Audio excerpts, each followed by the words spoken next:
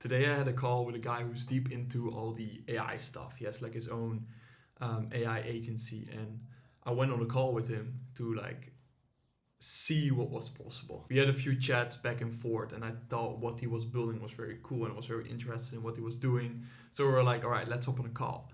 And so we chatted for like an hour, and he showed me all the things that he was doing and he was doing for companies.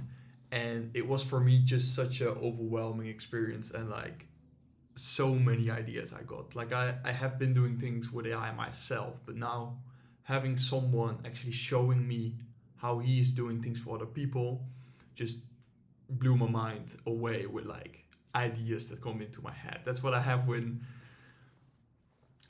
a lot when people are showing me things that they are doing that I did not know was possible or how to do, that then I just get so many new ideas. So he, for example, was showing me how with these different layers he was like building AI operating.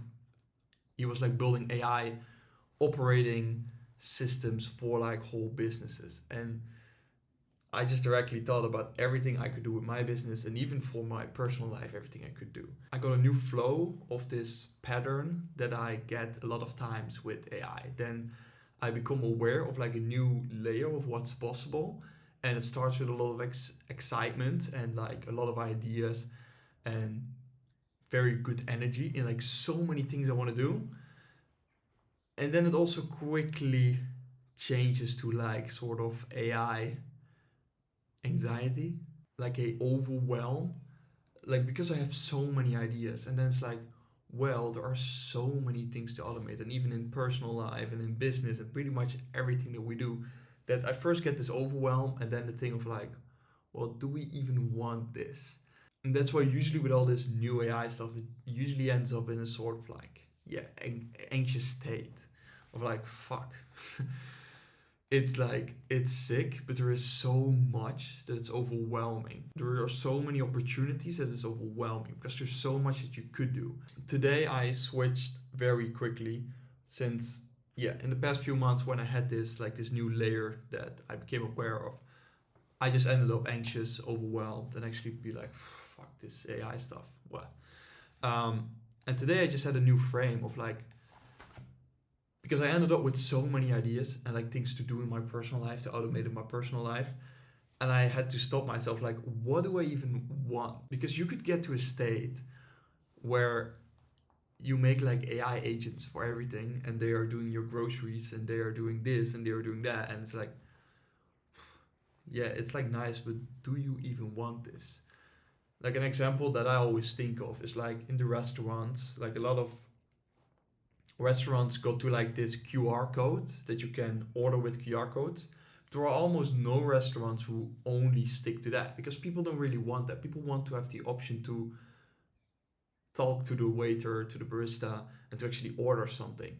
It's the same way how we could probably get to a world where in a restaurant you order with a QR code and a robot brings your food. But I don't think that will happen because people don't want that. Because what's then the point of going to a restaurant?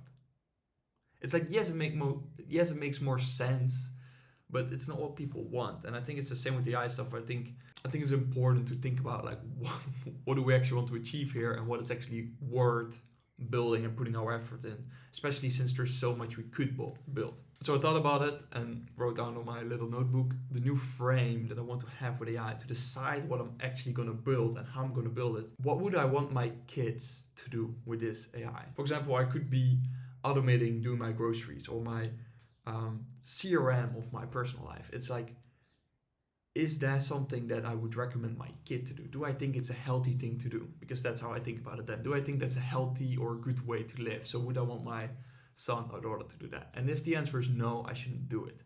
So that doesn't mean that we shouldn't use AI. I don't, it's the same with like the internet and social media. Do I think they shouldn't use it at all? No. Do I think they should minimize their phone time to the absolute minimum? Yes. Okay, so that's what we should maybe use AI for. So that's another example I wrote down in my notes. Like, if AI can lead me to being more detached from my phone instead of be more attached to my phone, that's better. I got anxious about the fact that this AI operating system will lead me into wanting to do more and more things. And then you can use GI to make your ideal day, and it can tell you exactly what you need to do at what time, and you just end up doing more and being all the time putting agents to work, and on your phone putting agents to work. And it's like, whoa, fuck, that's not where I need to go. But I do see how it could be a good thing. An idea that I have now is like, right now I have my email on my phone. What if I could delete my email? I could have a AI agent on my phone I could chat with, and basically delete all the other apps except of like WhatsApp and calling people.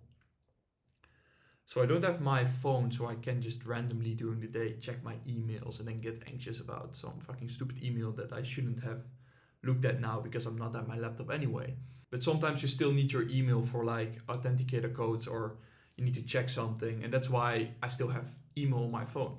But let's say I could now have an agent that has access to my email, and I could just ask him to read my email and send me something specific back. So I'm not looking at all of my emails.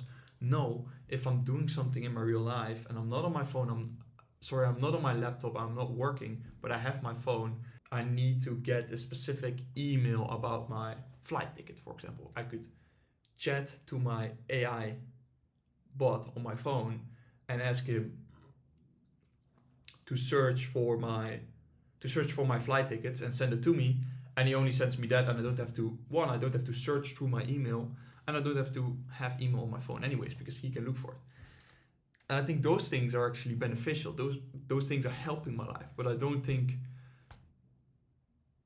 building something that I could do business everywhere on my phone and set AI agents to work everywhere, I don't think that's a healthy way to live. So I shouldn't do that. So that's a bit of my new frame. It's like, what do I think is a healthy way to live? How should we actually improve it to live our lives? Okay, that's a good thing to build, and the rest not. Yeah, that's a bit of that was my point of today, a new frame of like, when you are getting overwhelmed by everything you could do with AI, it's like, well, what do I truly believe is important and is actually helping my life or other people's life in a healthy way?